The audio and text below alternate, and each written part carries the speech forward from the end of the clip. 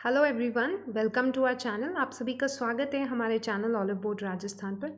चलिए स्टार्ट करते हैं आज का राजस्थान डेली न्यूज़ एनालिसिस, जिसके अंदर हम देखते हैं 2 अक्टूबर को क्या क्या इंपॉर्टेंट न्यूज़ हैं हमारे लिए, एग्जाम में कहाँ यहाँ से क्वेश्चंस पूछे जा सकते हैं। पहली जो आज का आर्टिकल है या जो पहली न्यूज़ है आज की, ये बात कर रही है एक स्कीम के बारे में जिसका नाम है इंदिरा गांधी शहरी क्रेडिट कार्ड योजना के बारे में। इसमें बोला गया है कि जो शहरी क्षेत्र हैं और स्पेसिफिकली यहाँ पे जयपुर के अंदर ये बोल रहे हैं कि जो स्वायत्त शासन विभाग है हमारे, उसके अधीन एक जो स्कीम है वो स्टार्ट की गई है एंड इस स्कीम का नाम है इंदिरा गांधी शहरी क्रेडिट कार्ड योजना। हमारा जो बजट है इस बारी का 2021-22 का, इस बजट के अंदर ये जो स्कीम है इसके बारे में बात की गई थी एंड ये जो स्कीम है अब शुरू कर दी गई है एंड इस स्कीम पर ऑलरेडी क्वेश्चंस किन्हीं एग्जाम्स के अंदर पूछे जा चुके हैं, तो ये इम्पॉर्टेंट है। मैंने आपको बताया है पहले भी कि आरपीएससी वगैरह की जो भी हम करंट अफेयर्स देखते हैं उसमें सबसे ज़्यादा क्वेश्चंस जो है गवर्नमेंट स्कीम्स से पूछे जाते हैं, बजट से पूछे जाते हैं। गवर्नमेंट स्कीम्स आपके लिए बहुत ज़्यादा इंपॉर्टेंट हो जाती है एग्जाम पॉइंट ऑफ व्यू से। यहाँ पे जो हम स्कीम ले रहे हैं आज का, इसके अंदर बात की गई है, इस स्कीम का नाम है इंदिरा गांधी शहरी क्रेडिट कार्ड योजना 2021 इसका नाम। ठीक है, अब इस स्कीम के अंदर क्या किया जाएगा उसके बारे में बात करते हैं। पहला देखिए इस नाम से क्या क्या चीज़ें हम निकाल सकते हैं। इसका नाम है इंदिरा गांधी शहरी क्रेडिट कार्ड योजना। ठीक है, तो पहली चीज़ यहाँ पे नाम शब्द जो यूज़ किया जा रहा है वो है शहरी। ठीक है, तो मतलब कि पहली चीज़ ये जो शहरी इलाके हैं उन्हीं के अंदर चलाया जा रहा है, ग्रामीण लोगों के लिए ये नहीं है।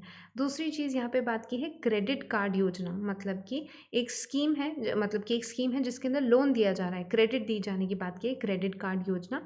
ये क्या नाम है हो गया इसका, इंदिरा गांधी शहरी क्रेडिट कार्ड योजना।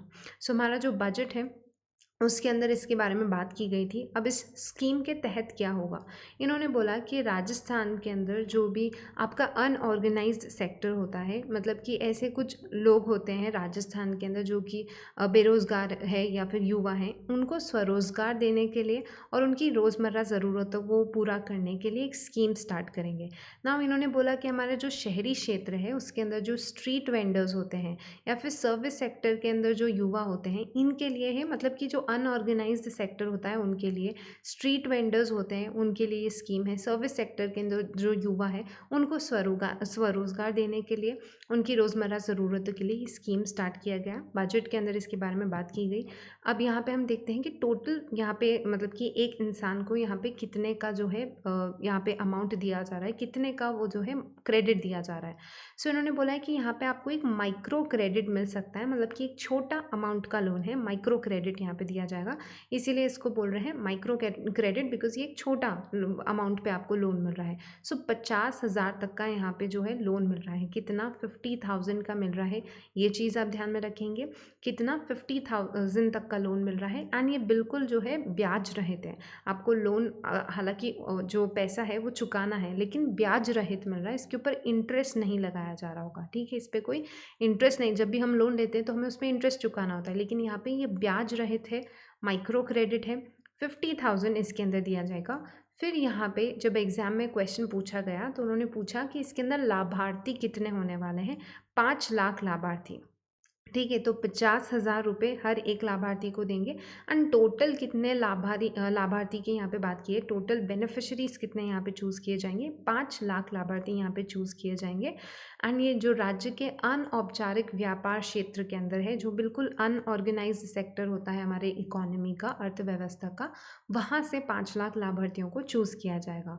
इन्होंने बोला है कि 31 मार्च 2022 है, 31 मार्च 2022 तक इस योजना के अंतर्गत जो ऋण है उसको स्वीकृति किए जाएंगे, मतलब कि जो रजिस्ट्रेशन वगैरह है वो 31 मार्च 2022 तक।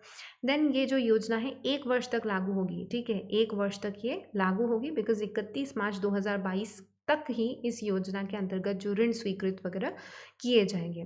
देन यहाँ पे इन्होंने बोला है कि अगर आपको अप्लाई करना है इसके लिए, आप वेब पोर्टल या एंड्रॉयड ऐप के माध्यम से भी आवेदन कर सकते हैं। अगर आपको अप्लाई करना है इस लोन के लिए तो आप वेब पोर्टल या फिर एंड्रॉयड ऐप हो उसके थ्रू भी आप इसके अंदर आवेदन और जो है दे सकते हैं ना, उसके थ्रू ही स्वीकृति वगैरह कर ली जाएगी।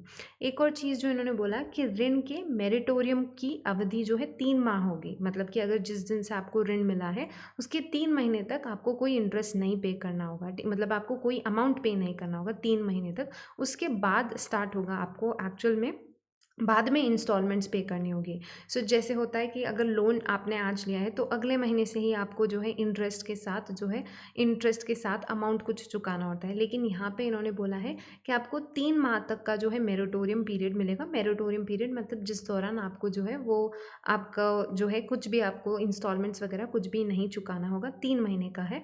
एंड ऋण पूर्ण भुगतान की अवधि कितनी 12 महीने की होगी। तो 12 महीने के अंदर फिर धीरे धीरे आपको अपनी इंस्टॉलमेंट्स चुकानी होगी। मेन चीज़ें हमें यहाँ पे ध्यान में रखनी, इंदिरा गांधी शहरी क्रेडिट कार्ड योजना, शहर में जो लोग रह रहे हैं अनौपचारिक व्यापार से जो रिलेटेड है, स्ट्रीट वेंडर्स वगैरह उनसे रिलेटेड स्कीम है। 50,000 तक का माइक्रो क्रेडिट दिया जा रहा है, 5 लाख लाभार्थियों को दिया जाएगा। 31 मार्च 2022 तक इसके अंदर आवेदन किया जा सकता है। ठीक है, 1 वर्ष के लिए ये स्कीम चलाई गई है। देन 3 माह तक का इसके अंदर मेरिटोरियम है, जब आपको कुछ भी अमाउंट पे नहीं करना है उसके बाद आप स्टार्ट कर सकते हैं पे करना वगैरह। 12 माह की इसके अंदर जो है पूर्ण भुगतान मतलब रीपेमेंट्स 12 मंथ्स के अंदर आपको देना होगा। एंड बिल्कुल ब्याज रहित है, इसके अंदर इंटरेस्ट नहीं लगाया जाएगा। एंड इसको आप वेब पोर्टल या फिर एंड्रॉयड ऐप के थ्रू भी इसके अंदर आप अप्लाई कर सकते हैं। बहुत इंपॉर्टेंट स्कीम है, बजट में इसके बारे में बात किया गया था। सो हमने देखा इसके बारे में क्या क्या इंपॉर्टेंट चीज़ें हैं। तो ये स्कीम आप ध्यान में रखेंगे, आपके एग्ज़ाम के लिए काफ़ी महत्वपूर्ण है। अगला जो आर्टिकल है आज का, ये बात कर रहा है अबाउट ज़ीरो टॉलरेंस पॉलिसी के बारे में। ठीक है, तो ये बोल रहे हैं कि the state government of Rajasthan इन्होंने अडॉप्ट किया है एक ज़ीरो टॉलरेंस पॉलिसी। तो हमसे पूछा जा सकता है एग्ज़ाम में कि हमारी जो राज्य सरकार है उन्होंने एक ज़ीरो टॉलरेंस पॉलिसी स्टार्ट किया है या फिर ज़ीरो टॉलरेंस पॉलिसी वो फॉलो कर रहे हैं। तो ये किससे रिलेटेड है? देखिए, इसका मेन टारगेट है कि जो ज़ीरो टॉलरेंस किसके तहत, ठीक है, हम यहाँ पे ज़ीरो टॉलरेंस किस चीज़ को लेके बात करें कि manufacture, storage and transportation of illicit liquor, मतलब कि जो अवैध शराब या मदिरा है उसके निर्माण, भंडारण और परिवहन के विरुद्ध जो है एक ज़ीरो टॉलरेंस नीति है या फिर ज़ीरो टॉलरेंस पॉलिसी है। ठीक है, सो ज़ीरो टॉलरेंस पॉलिसी किसके लिए चलाया जा रहा है? अवैध मदिरा के लिए, इलिसिट लिकर के लिए राजस्थान के अंदर चलाया जा रहा है। इसके अंदर जो हमारा एक्साइज डिपार्टमेंट है वो पूरा इसका काम देख रहा है। ठीक है, सो पूरा जो ये पॉलिसी है कौन, जो एक्साइज डिपार्टमेंट है उनके द्वारा चलाया जा रहा है। ये जो कैंपेन है ये स्पेशली इसके लिए कैंपेन भी चलाया गया है। ये सितंबर 21 से लेके सितंबर 30 तक चलाया गया था। सो ये जो कैंपेन चला था कब, सितंबर 21 से लेके सितंबर 30 तक चला था। कैंपेन की डेट पूछा जाना कम पॉसिबिलिटी है, इसके चांसेस नहीं पूछे जाएंगे कैंपेन की डेट आपसे। बट स्टिल आपको इतना सिर्फ ध्यान में रखना होगा कि ज़ीरो टॉलरेंस पॉलिसी है, किसके लिए है? इलिसिट लिकर या फिर अवैध मदिरा जो होती है उसके निर्माण, भंडारण और परिवहन, इन तीनों के विरुद्ध चलाया जा रहा है। वो जो है इसके अंदर एक्शंस लिए जा रहे हैं इन लोगों जो भी इनके अंदर इन्वॉल्व है उनको लेके। ठीक है, फिर हम अगली जो आर्टिकल है उसके बारे में बात करते हैं, अगली न्यूज़ के बारे में। तो उन्होंने बोला है कि एक राजकीय महाविद्यालय बिजोलिया है, राजकीय महाविद्यालय है बिजोलिया के अंदर, इसका नामकरण करके मतलब उसका नाम थोड़ा चेंज करके अब इसका नाम रख दिया गया है विजय सिंह पथिक राजकीय महाविद्यालय। ठीक है, सो राजकीय महाविद्यालय है कहाँ पे? बिजोलिया के अंदर। एंड इसका नाम अब क्या कर दिया गया है? विजय सिंह पथिक राजकीय महाविद्यालय। सो यहाँ पे हम जान लेते हैं कि विजय सिंह पथिक जी के नाम पे ये क्यों किया गया है। तो ये हमारे राजस्थान हिस्ट्री जब हम पढ़ते हैं, एक बहुत ही इंपॉर्टेंट पर्सनालिटी है राजस्थान हिस्ट्री की। इनके बारे में थोड़ी सी कुछ जो फैक्ट्स हैं या फिर डिटेल्स हैं वो देख लेते हैं ताकि हमें याद हो जाए। एंड बिकॉज इनसे रिलेटेड एग्जाम्स में बहुत सारे क्वेश्चंस पूछे जाते हैं। सो देखिए, ये जो विजय सिंह पथिक हैं इनका ओरिजिनल जो नाम था, मूल नाम जिसे हम बोल सकते हैं कि जिनका असली नाम था वो भूप सिंह था बचपन से। ठीक है, इनका नाम क्या था? भूप सिंह था। ये बुलंदशहर यूपी से थे। देन इनको टॉडगढ़ जेल के अंदर ये कुछ रेवोल्यूशनरी या क्रांतिकारी एक्टिविटीज़ और क्रांतिकारी जो कार्य है इनके अंदर इन्वॉल्व थे। इसकी वजह से इनको टॉडगढ़ जेल के अंदर रखा जाता है। वहाँ से वो जल जाते हैं, मतलब कि भाग जाते हैं, इस तरीके से बोला जाता है। टॉडगढ़ जेल से वो निकल गए थे। एंड फिर ये जो है ये जाते हैं आपके चित्तौड़गढ़ और बिजोलिया, इन सारे रीजन के अंदर जाते हैं। वहाँ पे इनको ये है जो बिजोलिया किसान आंदोलन से जुड़ते हैं। यहाँ पे उनको संत सीताराम दास मिलते हैं। इन्होंने जो है इनको बिजोलिया किसान आंदोलन का जो है संभालने को बोला था। फिर इन्होंने बिजोलिया किसान आंदोलन में अपना एक बहुत ही महत्वपूर्ण योगदान दिया है, यानी इसी वजह से उनका जो है याद किया जाता है आज भी। सो 1916 के अंदर इन्होंने एक पंच बोर्ड बनाया था, किसान पंच बोर्ड बनाया था, एंड इसका हेड जो है अध्यक्ष किसको बनाया गया था, संत सीताराम दास को बनाया गया था। फिर 1917 के अंदर ही एक ऊपरमाल पंच बोर्ड बना था और उसका अध्यक्ष उन्होंने किसको बनाया, मन्ना पटेल को बनाया था। ये सारे ही फैक्ट्स हमारे लिए इंपॉर्टेंट है। इनका मूल नाम भूप सिंह था। टॉडगढ़ जेल में इनको रखा गया था, ये भी इंपॉर्टेंट है किस जेल में इनको रखा गया था, उस जेल से जहाँ से ये निकल गए थे, टॉडगढ़ जेल के अंदर इनको रखा गया था, इनको कैद किया गया था। वहाँ से वो निकल जाते हैं और फिर जुड़ते हैं ये बिजोलिया किसान आंदोलन से। वहाँ पे इन्होंने 1916 के अंदर किसान पंच बोर्ड बनाया, जहाँ अध्यक्ष कौन बनते हैं उसके, संत सीताराम दास बनते हैं। 1916 के अंदर इन्होंने ऊपरमाल पंच बोर्ड बनाया, जिसके अध्यक्ष बनते हैं मन्ना पटेल। फिर 1918 के अंदर इन्होंने राजपूताना मध्य भारत सभा बनाई। ये सारे सन जो ईयर है ये इंपॉर्टेंट है, कौन सी ऑर्गेनाइजेशन बनती है ये भी इंपॉर्टेंट है।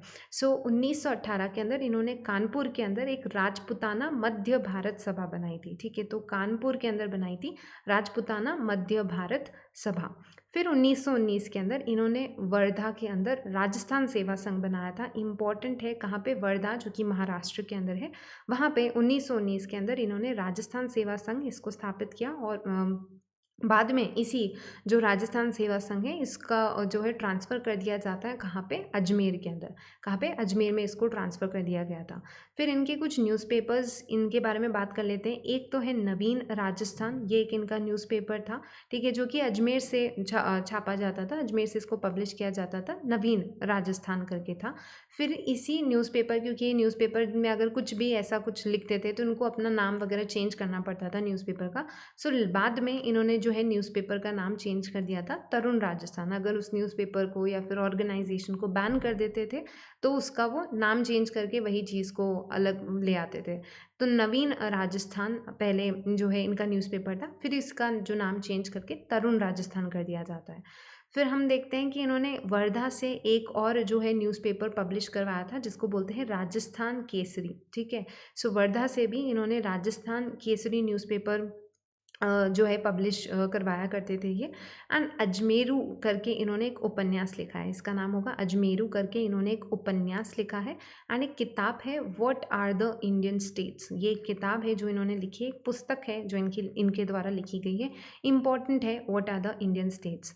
तो हमने विजय सिंह पथिक जी से रिलेटेड जो भी इम्पॉर्टेंट फैक्ट्स थे आपको पता होने चाहिए, ये थोड़े न्यूज़ में रहे क्योंकि इनके नाम पे एक राजकीय महाविद्यालय खोला गया, तो हमने यहीं पे उनसे रिलेटेड सारे फैक्ट्स जो हैं यहीं पे कवर कर लिए। देन अगला जो आर्टिकल है ये बोल रहा है कि राजस्थान के अंदर शुक्रवार को एक स्टेट फॉरेंसिक साइंस लैबोरेटरी है, उसका निरीक्षण किया गया। सो यहाँ से निरीक्षण किया गया, क्या कुछ हुआ, उसके अंदर क्या प्रोग्राम हुआ, वो हमारे लिए इम्पॉर्टेंट नहीं है। बस यहाँ से एक इम्पॉर्टेंट फैक्ट निकल के आता है जहाँ पे हमसे शायद कभी एग्जाम में क्वेश्चन बन जाए कि राजस्थान का स्टेट फॉरेंसिक साइंस लेबोरेटरी कहाँ पे है, ये जयपुर के अंदर है। ठीक है, सो राजस्थान की state forensic science laboratory, forensic science होता है जो कि जिसके अंदर आप देखते हैं कि क्रिमिनोलॉजी जो होती है, जो क्राइम वगैरह किए जाते हैं उसकी जो पूरी स्टडी की जाती है, मतलब कि क्राइम और इसके अंदर रिलेटेड जो स्टडी होता है उसको हम बोलते हैं फॉरेंसिक साइंस, जिसके अंदर पूरा स्टडी किया जाता है कि कैसे अगर कोई क्राइम हुआ है किसी स्पॉट पे तो हम कैसे एविडेंसेस को कलेक्ट करें, कैसे एविडेंसेस को रखना है, कैसे क्या करना है, वो सारा डिटेल में वहाँ पे पूरा एक फॉरेंसिक इससे रिलेटेड एक साइंस होता है, उसके बारे में स्टडी किया जाता है। तो राजस्थान के एक स्टेट फॉरेंसिक साइंस लेबोरेटरी कहाँ पे है, जयपुर के अंदर है। उसका निरीक्षण हुआ, क्या कुछ हुआ, वो हमारे लिए एग्जाम पॉइंट ऑफ व्यू बिल्कुल भी इंपॉर्टेंट नहीं है। नेक्स्ट यहाँ पे न्यूज़ में ये भी चीज़ रही आज के डेट में कि पाली के रोहट के अंदर एक 100 करोड़ में टेक्सटाइल जो टेक्निकल टेक्सटाइल जोन बनाने की बात की जा रही है। ठीक है, तो हमारे जो सीएम है राजस्थान के, उन्होंने यहाँ पे दो चीज़ों के बारे में बात की थी। एक इन्होंने बात की है एक मेगा टेक्सटाइल पार्क के बारे में, ठीक है। तो हमारे एक वीडियो के अंदर हमने बात किया है कि हमारी राजस्थान सरकार बात ऑलरेडी सेंट्रल गवर्नमेंट जो है भीलवाड़ा के अंदर एक टेक्सटाइल पार्क बनवाने वाली है, ठीक है। सो हमारा जो बजट है, सेंट्रल गवर्नमेंट का जो बजट है, उन्होंने बोला है कि हम 7 कुछ टेक्सटाइल पार्क्स बनवाएंगे पूरे इंडिया के अंदर। सो इस तरीके से उन्होंने भीलवाड़ा को चूज़ किया है हमारी सेंट्रल गवर्नमेंट ने, जहाँ पे उन्होंने बोला कि हम यहाँ पे एक टेक्सटाइल पार्क बनवाएंगे। कहाँ पे? भीलवाड़ा के अंदर, ठीक है। तो एक टेक्सटाइल पार्क बनवाने की बात की गई भीलवाड़ा के अंदर। सो हमारे जो सीएम हैं, मुख्यमंत्री जी हैं, उन्होंने बोला है कि हम जो है एक मेगा टेक्सटाइल पार्क बना सकते हैं, जिसके अंदर हमें सेंट्रल गवर्नमेंट की मदद चाहिए होगी। बिकॉज उन्होंने बोला कि हमें लगता है कि टेक्सटाइल, क्योंकि पूरे भारत के अंदर टेक्सटाइल वगैरह के अंदर राजस्थान का एक मुख्य योगदान रहता है। काफ़ी एक विकसित एक उद्योग है हमारा, जो टेक्सटाइल वाला उद्योग है राजस्थान के अंदर। सो उसी चीज़ को और बढ़ावा देने के लिए टेक्सटाइल पार्क तो ठीक है बनवा लिया, अब एक मेगा टेक्सटाइल पार्क बनवाने की भी उन्होंने बात की। वो बोल रहे हैं कि एक मेगा टेक्सटाइल पार्क जोधपुर और इसके आसपास के अंदर सेटअप किया जा सकता है। एंड इसके अंदर हमें जो है हम लैंड देने को तैयार हैं, सेंट्रल गवर्नमेंट का उसके अंदर वो हेल्प मांग रहे हैं। तो अभी जो ये सब कुछ सारी प्रस्तावनाएं हैं, सो हो सकता है आने वाले टाइम में कुछ हो, बट इतना वो चीज़ें नहीं है। जब तक ये प्रस्तावित है, कुछ रैटिफाई नहीं किया जाता है, जब तक कंप्लीटली मंजूरी नहीं दी जाती है, ऑब्वियसली क्वेश्चंस वहाँ से नहीं बनेंगे। देन दूसरा यहाँ पे बात की गई है एक कांकड़ी और रोहट के अंदर, ये पाली के अंदर जगह है कांकड़ी और रोहट, यहाँ पे एक इंडस्ट्रियल एरिया बनाने की, टेक्निकल टेक्सटाइल्स से ही रिलेटेड। तो एक टेक्निकल टेक्सटाइल से ही रिलेटेड कहाँ पे? कांकड़ी और रोहट पाली के अंदर एक इंडस्ट्रियल एरिया बनाने की बात की गई है। सो उन्होंने बोला कि यहाँ पे जो है सब तरीके की व्यवस्थाएं हैं जहाँ से हम एक टेक्निकल टेक्सटाइल जोन बनाया जा सकता है पाली के अंदर। सो ये कुछ चीज़ें जो है उन्होंने बात करी इसके बारे में। सो हो सकता है फ्यूचर में इस पर कभी क्वेश्चन बन जाए। अगला जो हम एक आर्टिकल देख रहे हैं, थोड़ा सा बैक डेट में जाके देख रहे हैं, बट ये इंपॉर्टेंट आर्टिकल है, सितंबर की ही ये न्यूज़ थी, ठीक है। सितंबर महीने की न्यूज़ थी एंड इम्पॉर्टेंट है हमारे लिए कवर करने के लिए, बिकॉज आपके आने वाले एग्जाम्स में यहाँ से डेफिनेटली क्वेश्चंस बनने वाले हैं। सो ये जो आर्टिकल है, इसमें बोला गया है कि जो सोजत की जो मेहंदी है राजस्थान की, उसको जीआई टैग मिल गया है, ठीक है। सो जो सोजत की मेहंदी है राजस्थान के अंदर, पाली के अंदर है सोजत, उस मेहंदी को यहाँ पे जीआई टैग मिला है। 16th ये जीआई टैग मिला है, ठीक है। कौन सा? 16वां। तो अभी 16 जीआई टैग्स हो चुके हैं राजस्थान के अंदर। सो 16 GI tag and Sojat mehndi को अभी लेटेस्ट मिला है सितंबर 2021 के अंदर। सो यहाँ पे पूरी एक लिस्ट कवर कर लेते हैं कि हमारे राजस्थान में कौन कौन सी ऐसी चीज़ें हैं जिनको जीआई टैग मिल रखा है, ठीक है। सो यहाँ पे पहला तो हमने याद कर लिया, सोजत की जो मेहंदी है उसको जीआई टैग मिल रखा है। बगरू हैंड ब्लॉक प्रिंटिंग, ठीक है। सो बगरू जो एक तरीके का प्रिंटिंग का स्टाइल है, कहाँ का? बगरू का। बगरू एक जगह है जयपुर के पास में। सो बगरू हैंड ब्लॉक प्रिंटिंग को, जो कि हैंडीक्राफ्ट्स हस्तकला की श्रेणी या कैटेगरी में आएगा, उसको मिल रखा है। फिर ब्लू पॉटरी ऑफ राजस्थान की जो ब्लू पॉटरी है जयपुर की, उसको भी एक जीआई टैग मिल रखा है। हस्तकला के क्षेत्र के अंदर, हैंडीक्राफ्ट्स के उसके अंदर ही मिल रखा है। देन इसके अंदर आप ये भी ध्यान में रखेंगे कि ब्लू पॉटरी को एक बिल्कुल इंटरनेशनल लेवल पे ले जाने के लिए किसने काम किया है? कृपाल सिंह शेखावत की, जहाँ पे नाम यूज़ किया जाता है, तो वहाँ पे ब्लू पॉटरी आपको ध्यान में रखना है। सो कृपाल सिंह शेखावत, इन्होंने ब्लू पॉटरी को इंटरनेशनल लेवल पे ले जाने का काम किया है। देन हम बात करते हैं कठपुतली ऑफ राजस्थान, इसको भी जीआई टैग मिल रखा है। कोटा डोरिया को भी यहाँ पे जो है, कोटा डोरिया ये कोटा की है, इसके अंदर धागा लिया जाता है, उससे जो है एक पूरा जो है कपड़ा वगैरह बनाया जाता है एंड बहुत फेमस है वहाँ का, ठीक है। तो कोटा डोरिया जो है कोटा का है। देन मोलेला कला है, ये मोलेला कला कहाँ की है? राजसमंद के अंदर एक गांव है मोलेला, वहीं से आती है मोलेला कला। तो इसके अंदर जो है मिट्टी और एक स्पेशल टाइप की मिट्टी वहाँ पे मिलती है, तो उसी मिट्टी के साथ कुछ जो है काऊ डंग वगैरह मिला के इस तरीके से करके एक पूरा वो बनाया जाता है एंड वो जो चीज़ें हैं बना के वो मिट्टी उससे उसको जो है भट्टी के अंदर पका के मोलेला क्ले आर्ट पूरा आप देखिएगा उसकी इमेजेस, तो उस तरीके से उसको मनाया जाता है। देन फुलकारी हैंडीक्राफ्ट, ये जो है एक तरीके की कढ़ाई तरीके का काम होता है, एम्ब्रॉयडरी की जाती है कपड़े पे, फुलकारी बोलते हैं इसको। सो ये पंजाब हरियाणा इस वाले रीजन से अटैच जो हमारे डिस्ट्रिक्ट्स हैं वहाँ पे की जाती है। सो फुलकारी हैंडीक्राफ्ट को भी मिल रखा है। देन पोखरन पोट्री को भी मिल रखा है, जो कि जैसलमेर की पोखरन पॉटरी है, इसको 2018 के अंदर ही ये मिला था। सो ओखन पॉटरी को भी जीआई टैग मिल रखा है। सांगानेरी हैंड ब्लॉक प्रिंटिंग को तो बगरू को भी मिल रखा है, जो कि जयपुर के पास में है, और सांगानेर भी जयपुर के पास में है। So Sanganeri hand block printing को भी जीआई टैग मिल रखा है। फिर Thewa art work Thewa art work कहाँ का है? प्रतापगढ़ का है। ये थेवा कला इसे बोलते हैं। सो ये जो है सोने पे नक्काशी करने का एक काम है, जिसके अंदर सोना, कांच और इसके ऊपर जो है काम किया जाता है। सो कांच पे सोने का काम किया जाता है। एक हरा कलर जो इसके अंदर प्रमुखता, मतलब कि मेजरली इसके अंदर जो है ग्रीन कलर यूज़ किया जाता है। सोने का, कांच का और इन सब के मिलकर एक काम किया जाता है। थेवा कला उसे बोलते हैं। प्रतापगढ़ का ये फेमस है, ठीक है। किस जगह का? प्रतापगढ़ का ये फेमस है। फिर हम बात करते हैं फूड स्टफ़ के अंदर भी यहाँ पे मिल रखा है। ये किसे मिल रखा है? ये तो हमें पता ही है सबको, बीकानेरी भुजिया, इसको भी एक जीआई टैग मिल रखा है। फिर हम बात करते हैं नेचुरल गुड्स के अंदर किसको मिल रखा है। नेचुरल गुड्स के अंदर मिल रखा है जो नेचुरल चीज़ है उसके अंदर मकराना मार्बल को उसको मिल रखा है, ठीक है। सो मकराना नागौर के अंदर एक जगह, वहाँ का मार्बल संगमरमर जो है बहुत ज़्यादा फेमस। सो मकराना मार्बल को भी एक जीआई टैग मिल रखा है, ठीक है। तो ये जीआई टैग पहली एक चीज़ है। जीआई टैग का मतलब क्या है ये भी साथ साथ में समझ लीजिए। जीआई टैग का मतलब होता है ज्योग्राफिकल इंडिकेटर। ज्योग्राफिकल इंडिकेटर मतलब यहाँ से शब्द निकल के आ रहा है ज्योग्राफी, मतलब कि एक ऐसी चीज़ जो उसी एरिया के अंदर आपको मिलेगी, ठीक है। उसी एरिया के अंदर मिलेगी, वहाँ पे ही उसका ओरिजिन हुआ माना गया, ठीक है, कि वहीं वो मिल सकती है। वो एक स्पेशल चीज़ है जो वहीं पे मिलती है।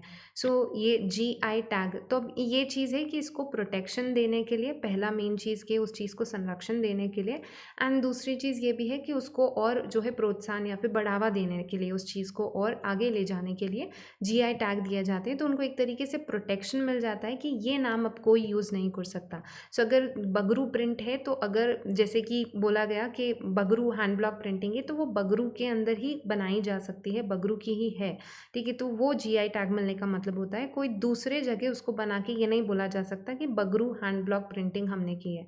वो बगरू के अंदर ही हैंड ब्लॉक प्रिंटिंग बगरू का किया जा सकता है। किसी दूसरे एरिया के अंदर उसको मना के और ये नहीं बोला जा सकता, वो यूज़ नहीं कर सकते उस नाम को कि हमने बगरू हैंड ब्लॉक प्रिंटिंग किया है। यहाँ पे ये जो पूरा है जीआई टैग वगैरह का, तो एक एक्ट पास हुआ था जिसे हम बोलते हैं ज्योग्राफिकल इंडिकेशन रजिस्ट्रेशन। इसके लिए एक एक्ट आया था, geographical indications of goods act, ठीक है। जीआई का ये जो टैग है, इसके लिए एक एक्ट लाया गया था, geographical indications of goods act 1999 के अंदर, जिसके तहत जो है ये सारे जो है जीआई टैग दिए जाते हैं, ज्योग्राफिकल इंडिकेशंस दिए जाते हैं, जीआई टैग दिए जाते हैं। इसमें ध्यान रखिएगा, ज्योग्राफिकल इंडिकेशंस मतलब कि उससे शब्द निकाल के ज्योग्राफी, मतलब उसी एरिया का स्पेसिफिक है, उसी एरिया में मिलता है। देन ये जो जीआई टैग है कुछ 10 सालों के लिए दिया जाता है। कितने? 10 ईयर्स के लिए दिया जाता है। टाइम टाइम पे इसको रिन्यू भी करवा दिया जाता है। सो 10 साल के लिए दिया जाता है, प्रोटेक्शन के लिए, उस चीज़ को जो है संरक्षण वगैरह देने के लिए। अलग अलग कैटेगरी में दिया जाता है। कभी एग्रीकल्चर प्रोडक्ट्स के लिए दिया जाता है, फूड स्टफ के लिए भी दिया जा सकता है, वाइन के लिए, स्पिरिट ड्रिंक्स, हैंडीक्राफ्ट्स, हस्तकला, इन सब चीज़ों के अंदर दिया जा सकता है जीआई टैग। सो आज के इस आर्टिकल के अंदर हमने जितने भी जीआई टैग्स हैं उनके बारे में भी बात करनी है राजस्थान की। सबसे लेटेस्ट वाला आपको ज़रूर ध्यान में रखना है, सोजत की जो मेहंदी है राजस्थान के अंदर, उसको लेटेस्ट अभी जीआई टैग मिला है 2011 के अंदर। सो आज के इस पूरे वीडियो के अंदर हमने बात की कौन कौन से इंपॉर्टेंट न्यूज़ आर्टिकल्स थे 2 अक्टूबर के रेफरेंस के अंदर। आई होप आपको वीडियो पसंद आया होगा। सो अगर आपको हमारा वीडियो पसंद आया, please subscribe to the channel, like and share the video. Thank you for visiting Olive Board.